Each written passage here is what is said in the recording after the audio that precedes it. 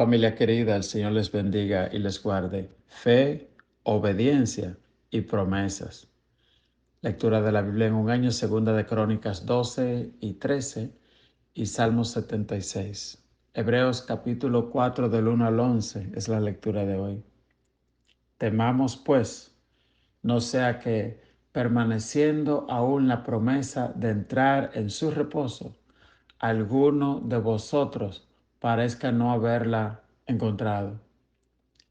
Porque también a nosotros se nos ha anunciado la buena nueva como a ellos, pero no les aprovechó el oír la palabra por no ir acompañada de fe en los que la oyeron.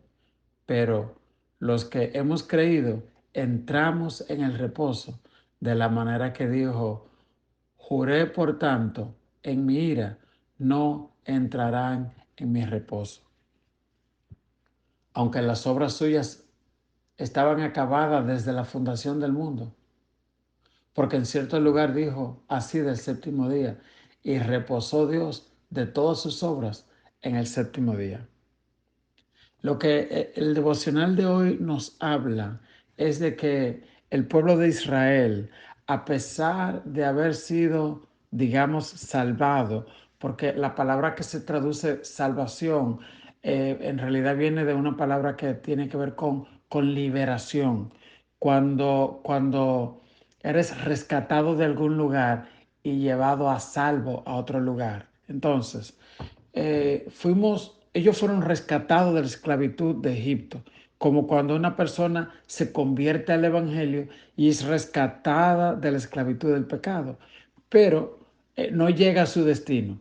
Es como alguien que sale a un viaje y en el camino se pierde y nunca llega, termina en frustración. Entonces la Biblia inicia diciendo, el devocional de hoy: temamos pues, no sea que permaneciendo aún la promesa de entrar en su reposo, alguno de vosotros no la alcance. ¿A qué reposo se refiere? Bueno, mientras estemos en esta tierra, tendremos dificultad, ¿verdad? La Biblia dice: en el mundo tendréis aflicciones.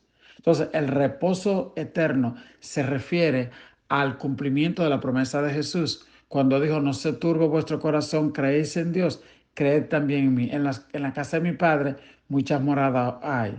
Voy pues a preparar lugar para que donde yo esté, ustedes también estén. Es decir, igual que como Abraham fue llamado, se le dio una promesa, ¿verdad?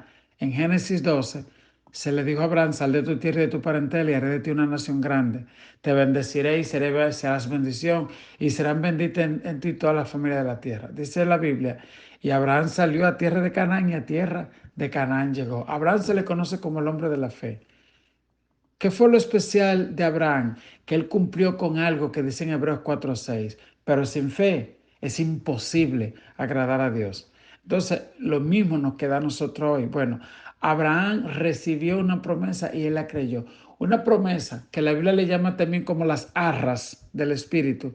Dice la Biblia que a lo que Dios nos ha llamado, Él nos ha dado el Espíritu Santo como arras. Las arras se refiere como al anillo del compromiso. Cuando una joven era desposada por su esposo, recibía las arras, es decir, un compromiso, una prueba inicial de que él cumpliría su promesa. ¿Cuál es la prueba inicial que Cristo nos ha dado? Bueno, Él murió en la cruz, su sangre fue derramada. ¿Y cuál más? El Espíritu Santo que nos ha sido dado a nosotros. Y la Biblia dice que el Espíritu mismo da testimonio a nuestro espíritu que somos hijos de Dios. Es decir, hay algo dentro de nosotros que aun cuando uno quiere pecar, faltar, te dice: mira, y hace que uno se sienta reprendido, ¿verdad? Eso es las arras del Espíritu, las arras de la salvación. Pero, ¿de qué sirve que un novio haya pagado muchísimo dinero por un anillo si la novia no lo recibe, no lo acepta? ¿Ve? Eso es una promesa. Hay muchas personas que no solo refiriéndose al reposo eterno, a la salvación, sino a promesas que Dios tiene para su vida, por no tener fe, por no obedecer con fe, no alcanzamos la promesa.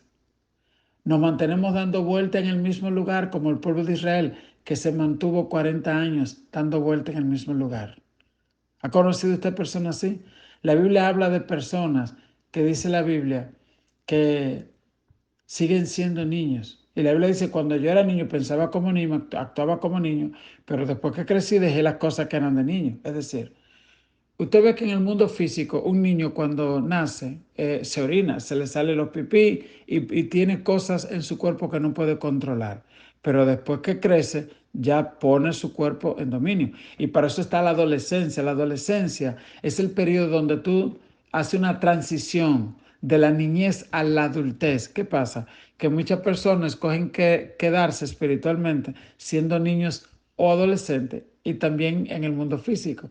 Hay personas que no quieren asumir la responsabilidad de la adultez y quieren permanecer como una especie de conducta irresponsable, ¿verdad? Donde ellos son unos adolescentes continuamente. En el mundo espiritual pasa lo mismo. ¿Entiendes? Eh, Personas que no terminan de afirmarse en la promesa de Dios, en la fe, en la obediencia. ¿Ok? Y entonces, yo una vez daba un ejemplo en la iglesia que en el mundo físico hay 4 estaciones: primavera, verano, otoño, invierno. Pero hay gente como que nunca salen de su invierno o de su otoño. Siempre están caídos como las hojas del otoño. ¿Entiendes? Y una estación dura 3 meses y después cambia. ¿Entiendes? Entonces, igual en las cosas de Dios. Uno tiene que revisarse, por eso dice la Biblia, temamos pues, no sea que nos pase lo mismo, no sea que aunque estemos en la iglesia, como se cumpla en nosotros lo que dice, serán muchos los llamados y pocos los escogidos. ¿Ve? Entonces, ¿qué es lo que hace que uno permanezca fiel? El temor a Dios, el temor a Dios. Cuando uno desarrolla esa cosa que se llama temor a Dios, que uno entiende la terrible implicación que tuvieron la gente que desobedecieron en el desierto siendo israelita, y nosotros que lo que somos es injertado en la rama, en el árbol, si a esa gente fueron desechados, ¿qué nos hace creer a nosotros que podemos vivir una vida de pecado y que no vamos a cosechar nuestra consecuencia? ¿Sabe qué? El engaño de las tinieblas. Satanás nos engaña y nos hace creer que podemos pecar y que como quiera, pues nos vamos a ir al cielo. Y eso no es lo que dice la Biblia. Por eso en el devocional de hoy se repite la palabra: si oyereis hoy mi voz, no endurezcáis vuestro corazón. ¿Ok? Entonces nosotros tenemos que ver cuáles son esas promesas que hemos recibido, cuáles son esas advertencias que Dios nos ha dado y cuál es la decisión que nosotros vamos a tomar al respecto.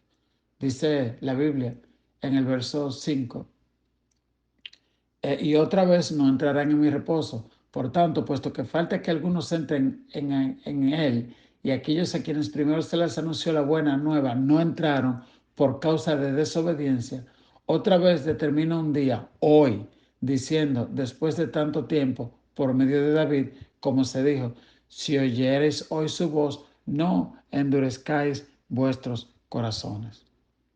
Porque si Josué les hubiera dado el reposo, no hablaría después de otro día. Por tanto, queda un reposo para el pueblo de Dios, porque el que ha entrado en su reposo también ha reposado de sus obras, como Dios de la suya. Procuremos pues entrar en aquel reposo para que ninguno caiga en semejante ejemplo de desobediencia. Entonces, ¿qué pasa? La Biblia dice: venid a mí los que estéis trabajados y cargados y yo los haré descansar. Tomad mi yugo sobre vosotros, porque mi yugo es fácil y ligera mi carga, y hallaréis descanso para vuestras almas. Fíjese, eh, como cuando uno ve el ejemplo de la creación, dice la Biblia que todo estaba desordenado y vacío. Así mismo sucede en la vida del que anda en desorden, que hay vaciedad, como la samaritana: 5 maridos y el que tiene no es tuyo. Y como quien dice, va a seguir.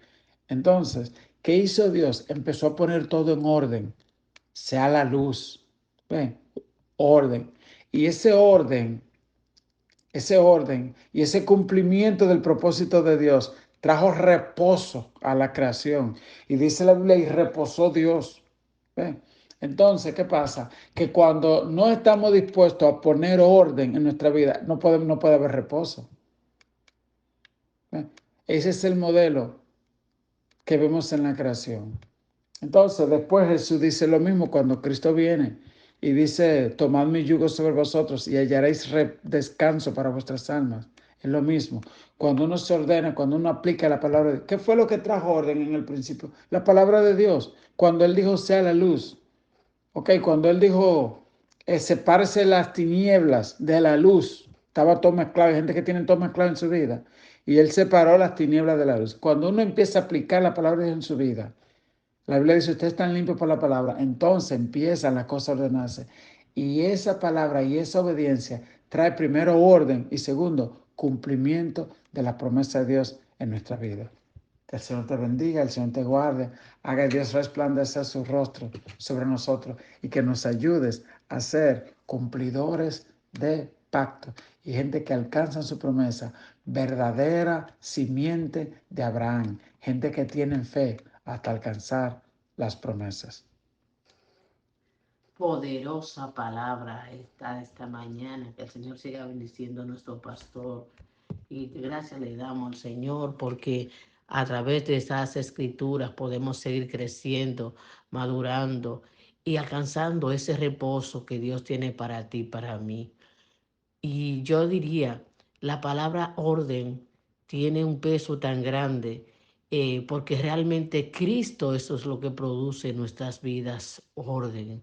En el vacío Él nos llena, en la tristeza nos da gozo, en la tribulación nos da paz y tomamos decisiones sabias porque Cristo trae orden a la vida del hombre como Él hizo en el principio, lo hace contigo y conmigo si lo dejamos entrar. Buenos días, familia querida.